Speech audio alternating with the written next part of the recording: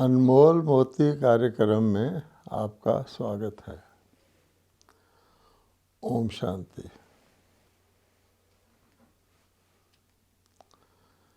बंधन और संबंध, ये दो शब्द हैं, लेकिन बंधन और संबंध में कितना फर्क है कि संबंध व्यक्ति को खुशी देता है, उसकी खुशी बढ़ाता है, और बंधन से व्यक्ति छूटना चाहता है लेकिन छूट नहीं पाता है। हम जानते हैं इस संसार में मनुष्य भिन्न भिन्न संबंधों में आता है। सबसे पहला संबंध परिवार का है। हर मनुष्य का जन्म परिवार में होता है और परिवार के प्राणी एक दूसरे से एक स्वाभाविक तरह का स्नेह और प्यार रखते हैं। तो एक दूसरे से संबंध में आने से वो स्नेह और प्यार बढ़ता है। जब घर में एक नया छोटा बच्चा पैदा होता है तो सारे घर वालों में उस चेतन खिलौने की अदाएं देख कर के खुशी दौड़ जाती है। जब घर में कोई नई बहू आती है या कोई भी नया काम होता है, परिवार वाले नया मकान ही लेते हैं, कोई नई वस्तु लेते हैं, तो सारे संबंधी खुश हो जाते हैं। और हम जानते हैं कि परिवारों में भिन्न भिन्न अवसरों पर संबंधी आपस में इकट्ठे भी होते हैं। खास ऐसे अवसर आते हैं जिनमें विशेष तौर पर दूर दूर से संबंधी रहने वाले भी आकर के इकट्ठे होते हैं। जैसे क्रिश्चियंस में क्रिसमस का त्यौहार है, भारत में दिवाली का त्यौहार है, और भी कई मौके होते हैं। तो ये संबंध बंधन में कैसे बदल जाते हैं, क्योंकि आज हम उन संबंधों को संबंध कहते ही नहीं हैं। नाम का संबंध कहते हैं, लेकिन हर चीज़ में हम एक प्रकार का बंधन महसूस करते हैं। आप देखेंगे आजकल हम गृहस्थ को एक जंजाल कहना शुरू कर दिया हमने। गृहस्थ एक जंजाल है। यहाँ तक हो गया है कि कई पढ़ी लिखी कन्याएं शादी नहीं करना चाहती, पारिवारिक संबंध जोड़ना नहीं चाहती। वो समझती हैं कि इस जंजाल में फंसने से पता नहीं मेरी लाइफ कितनी दुखदाई हो जाए। ये हालत आ गई है। और इसी प्रकार से कई तो सारे जीवन को ही एक जंजाल मानने लग गए हैं।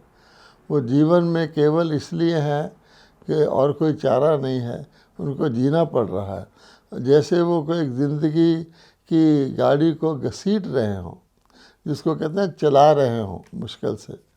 तो कहा जाता है आज का प्राणी या तो चला रहा है या चिल्ला रहा है।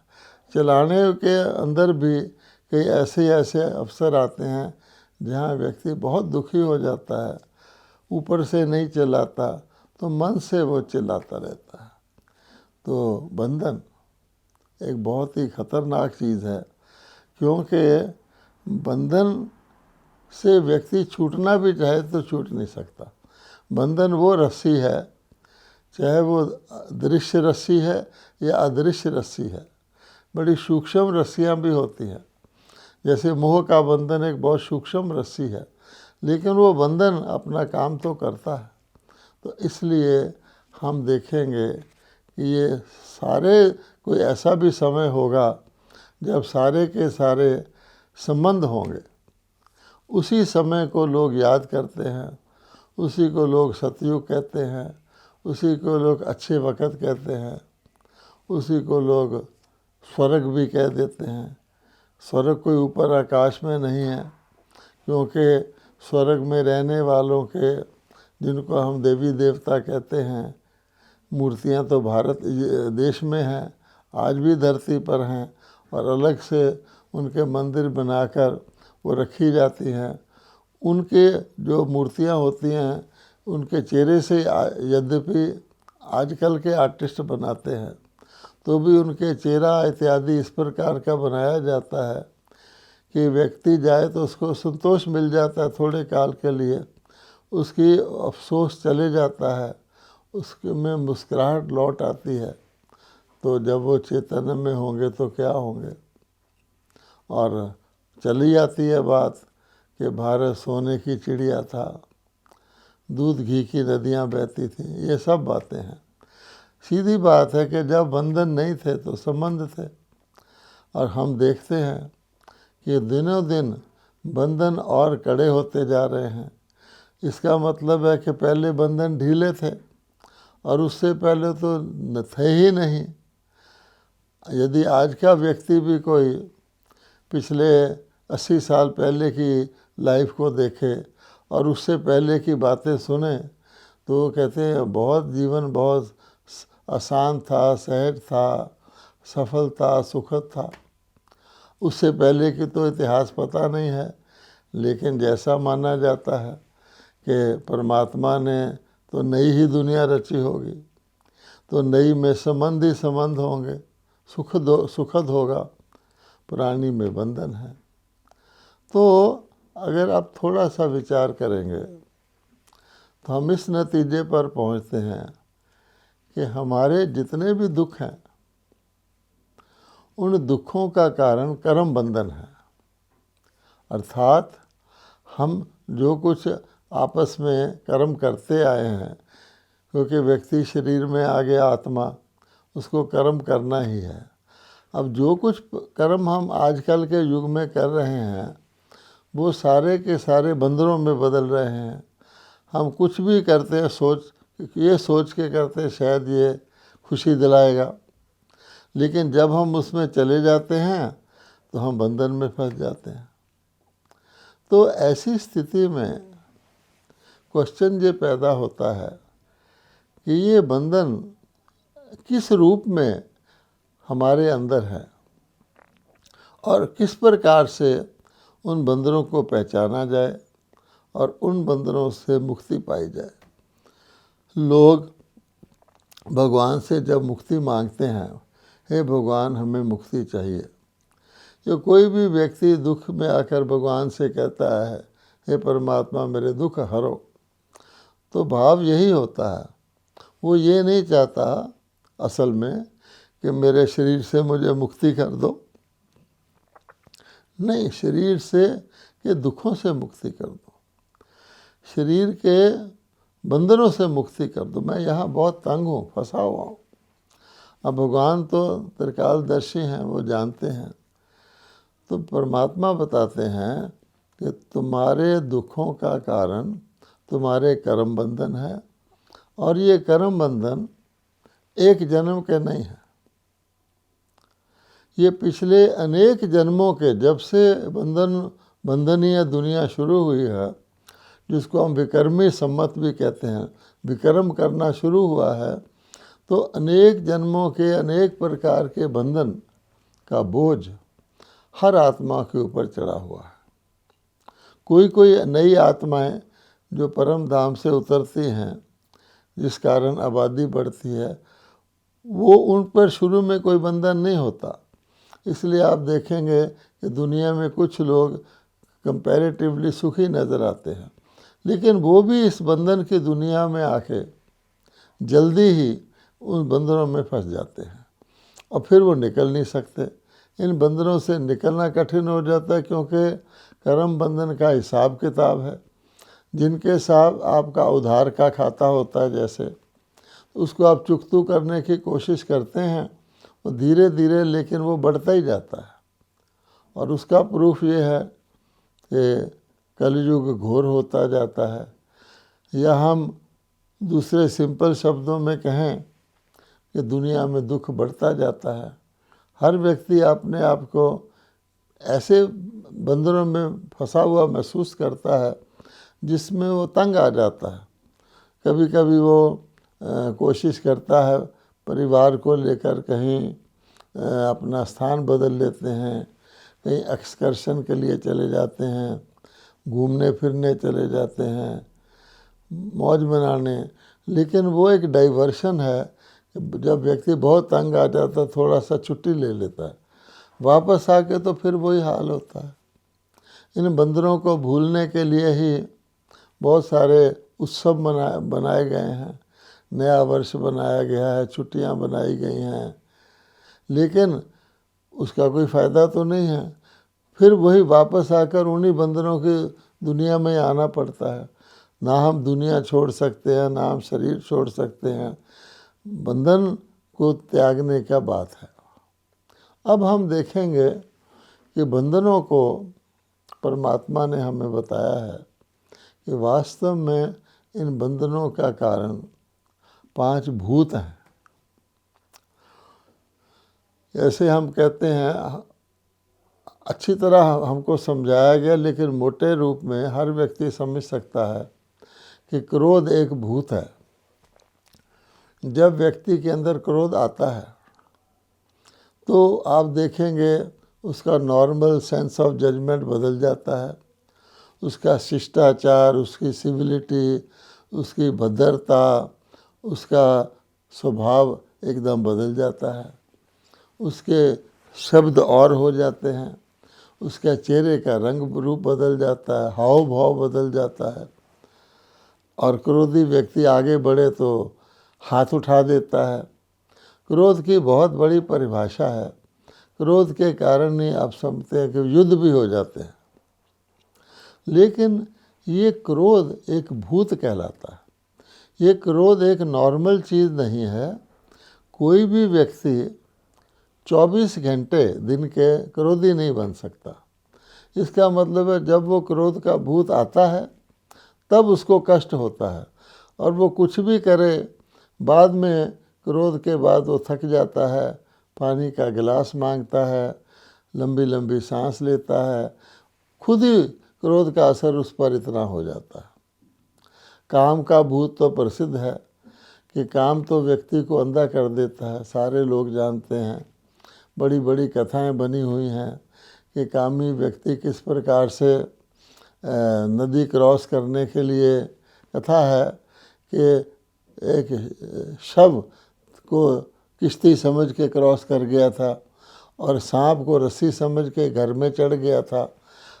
काम कितना अंधा कर देता व्यक्ति को, उसकी तो आज तो उसकी तो अति हो चुकी है। पिता अपनी पुत्री के साथ काम विकार के वश होके व्यभिचार कर देता है। काम विकार के वश व्यक्ति क्या नहीं करता। तो हम जानते हैं काम को तो गीता के भगवान ने सबसे बड़ा शत्रु कहा हुआ है कि पहले इसको ख़त्म करो। काम का भूत भी प्रसिद्ध है। अहंकार का भूत जिसके सर पे सवार हो जाए वो अपना भला भी नहीं देखता कि मेरा अपना, तो वो कि बस अहंकारी व्यक्ति अपने को भी ख़त्म करने को तैयार हो जाता है। उसका अहंकार रहना चाहिए। अहंकार के वश वो अपना देश को फूंक डालता है, अपने सब कुछ फूंक डालता है नकली अहंकार के कारण।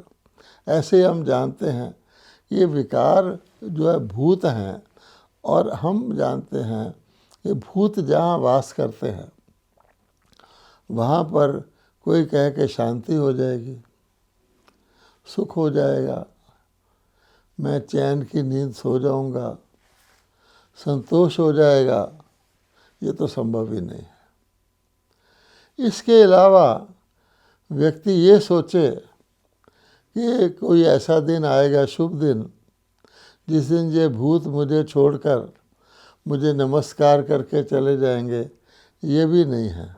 कि भूत की एक तो खासियत ही ये होती है कि वो बिना परमिशन के आता है, और जब आ जाता है तो अपने आप जाता भी नहीं है। दुनिया के अंदर भी किसी के अंदर वो भूत की जिसको कोई दूसरी इवल सोल या रूह आ जाती है तो आप देखेंगे उसको निकालने में कितने यत्न किए जाते हैं, उसको मारा जाता है, पीटा जाता है, मिर्च सुंघाई जाती है, बहुत तब तंग किया जाता है, तब वो भूत उसमें से निकलता है। और ये भूत तो जो दूसरे भूत हैं जो आज हर एक प्राणी में मौजूद हैं, क्योंकि हर एक प्राणी अपने आप को बंधन में महसूस कर रहा है, हर एक प्राणी दुखी हो रहा है और उसको कोई इसका उपाय नज़र नहीं आ रहा। तो ये भूत तो परमानेंट रेजिडेंट हो गए हैं। आगे तो भूत बंगले हम कहते थे कि भाई कि कोई बंगला बहुत समय खाली रहे 100 साल तो शायद उसमें भूत आके रहने लग जाते हैं। लेकिन अब हमारे जो शरीर हैं हर व्यक्ति के, इसको वैसे भी पंच भौतिक शरीर कहते हैं, 5 तत्वों का बना हुआ है, लेकिन इसमें अच्छी तरह से 5 भूत काम क्रोध लोभ मोह अहंकार अच्छी तरह से वो विराजित हैं, वो निवास कर रहे हैं। और क्योंकि सभी में वो हैं तो हम ये कह सकते हैं आज भूत सर्वव्यापी हो गया। कहीं भी देखो कि दुनिया के अंदर तो काम क्रोध लोभ मोह अहंकार का ही बोलबाला है, सारी सृष्टि को वही चला रहे हैं। अब ऐसी स्थिति में कोई व्यक्ति सोचे कि मैं कुछ भी यत्न कर लूं तो मैं अपने जीवन को फरिश्ते जैसा बना लूँगा, मैं मीठा बोलूँगा, मैं किसी से दुर्व्यवहार नहीं करूँगा, क्या ये संभव है? वो भूत करने देंगे? नहीं। इसलिए आज देखते हैं, आज जो व्यक्ति कुछ गलत नहीं भी करना चाहते उनको भी करना पड़ रहा है, क्योंकि भूत अंदर सवार है। आज तो गलत करना एक आवश्यकता हो गई है, बल्कि इस गलत करने वालों की दुनिया में कोई व्यक्ति ठीक करना चाहे, एक तो वो बहुत अकेला पड़ जाता है, वो सिस्टम में फिट ही नहीं होता, दूसरे उसका ठीक भी गलत बन जाता। जैसे कोई आपका अच्छा फल, अच्छी चीज़ कूड़े की ढेर में चली जाए, फिर वो खाने योग्य नहीं रहता। तो ऐसी बुरी दुनिया में अच्छा व्यक्ति आ भी जाए, आते हैं। भगवान ने ड्रामा के अनुसार इस सृष्टि पर बड़े बड़े धर्म स्थापक आते हैं, सुधारक आते हैं, अर्थात जो नई आत्माएं परम धाम से आती हैं उनके अंदर वो सतोगुण होता है। लेकिन यहाँ आकर के कुछ दिन के बाद ही वो भी वैसे ही हो जाते हैं।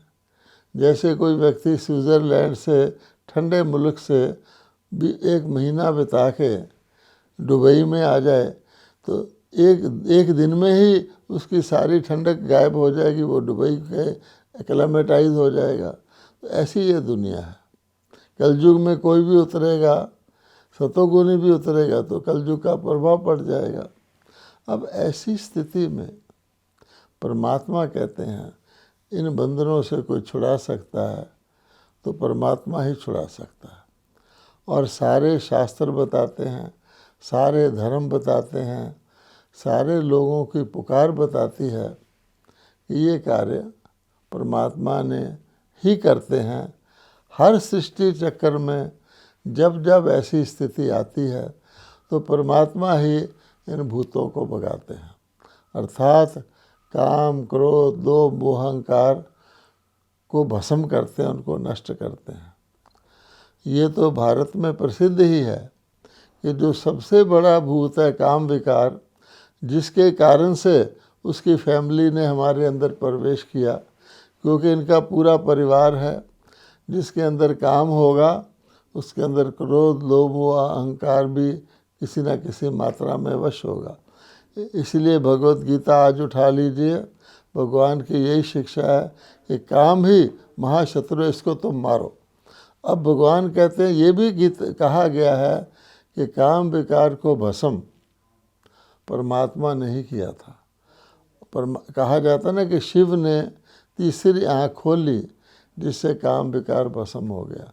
और शिव को लोग परमात्मा मानते ही हैं, केवल शिव को ही परमात्मा मानते हैं। शिव परमात्मा ने नमः कहते हैं और किसी को भी परमात्मा ने नमः नहीं कहते। कन्फ्यूज़न हो गया है कि उन्होंने शंकर जी को शिव मान लिया है, शंकर जी के आँख दिखाते हैं, लेकिन शंकर को तो देवता कहते हैं, शंकर महादेव कहते हैं, शंकर शरीरधारी हैं, परमात्मा शिव निराकार हैं। उनके भारत में निराकार शिवलिंग या ज्योतिर्लिंगम रूप के अनेक मंदिर हैं, उसी को परमात्मा नमः कहते हैं। लेकिन शिव ने, वो तो निराकार है, उनके तो आँख है नहीं, उन्होंने हम मनुष्य आत्माओं की जो अज्ञान की आँखें हैं, जो तीसरी ज्ञान की आँख बंद है, जिसको आत्मा की आँख कहते हैं, वो खोल करके काम विकार को भस्म किया था। तो काम और अन्य भूतों को निकालना का काम परमात्मा ही करते हैं और वर्तमान समय कर रहे हैं, क्योंकि ये भूत अति को पा गए हैं। देखने की बात यह है कि जब तक किसी के अंदर भूत रहता है, उसके अंदर फरिश्ता प्रवेश नहीं कर सकता। ये खास बात नोट करने की है, क्योंकि परमात्मा की जो हमें शिक्षा मिलती है वो क्या मिलती है, मैं इस भूतों की दुनिया को समाप्त कर दूंगा, तुम अपने अंदर फरिश्तों के और देवताओं के दैवी गुण धारण करो, ताकि तुम आत्मा आने वाली अगली दुनिया में सतयुग में आ सको या देवलोक में आ सको। भगवान ने बताया है कि वो दुनिया कोई आकाश में नहीं है, वो समय में पहले होती है। यानी कलयुग के बाद सतयुग आता है, सतयुग के बाद ही अन्य युग आते हैं। तो प्रथम युग सतयुग होता है, इसलिए उसको ऊपर कह दिया है, कलयुग को नीचे कह दिया है। जैसे जनवरी को ऊपर कह देते हैं, दिसंबर को नीचे कह देते हैं। अब भगवान कहते हैं कि ये तुमको जब ये धारणा करनी है तो ये समझ लो कि जहाँ भूत है वहाँ फरिश्ता नहीं रहेगा। भूत फरिश्ते को रहने ही नहीं देगा, अंदर ही नहीं आने देगा। अगर फरिश्ता टेम्परेरीली, भूत कहीं इधर उधर है, गुप्त है, थोड़ा पीछे है, तो फरिश्ता आ भी जाए तो भूत आकर के उसको निकाल देगा। जैसे गर्मी के मौसम में आप बर्फ़ का एक क्यूब रख दें, तो जब तक उसको बचा के रखेंगे वो बचेगा, लेकिन आखिर तो पिघल जाएगा। इसलिए हमको जो जीवन में हम धारणा करते हैं, जब भगवान कहते हैं कि देखो बच्चे, तुम्हारे अंदर क्रोध का अंश मात्र भी नहीं होना चाहिए, काम का बिल्कुल नामो निशान नहीं होना चाहिए, मनसा के अंदर भी काम, सपने के अंदर भी काम वृत्ति नहीं आनी चाहिए।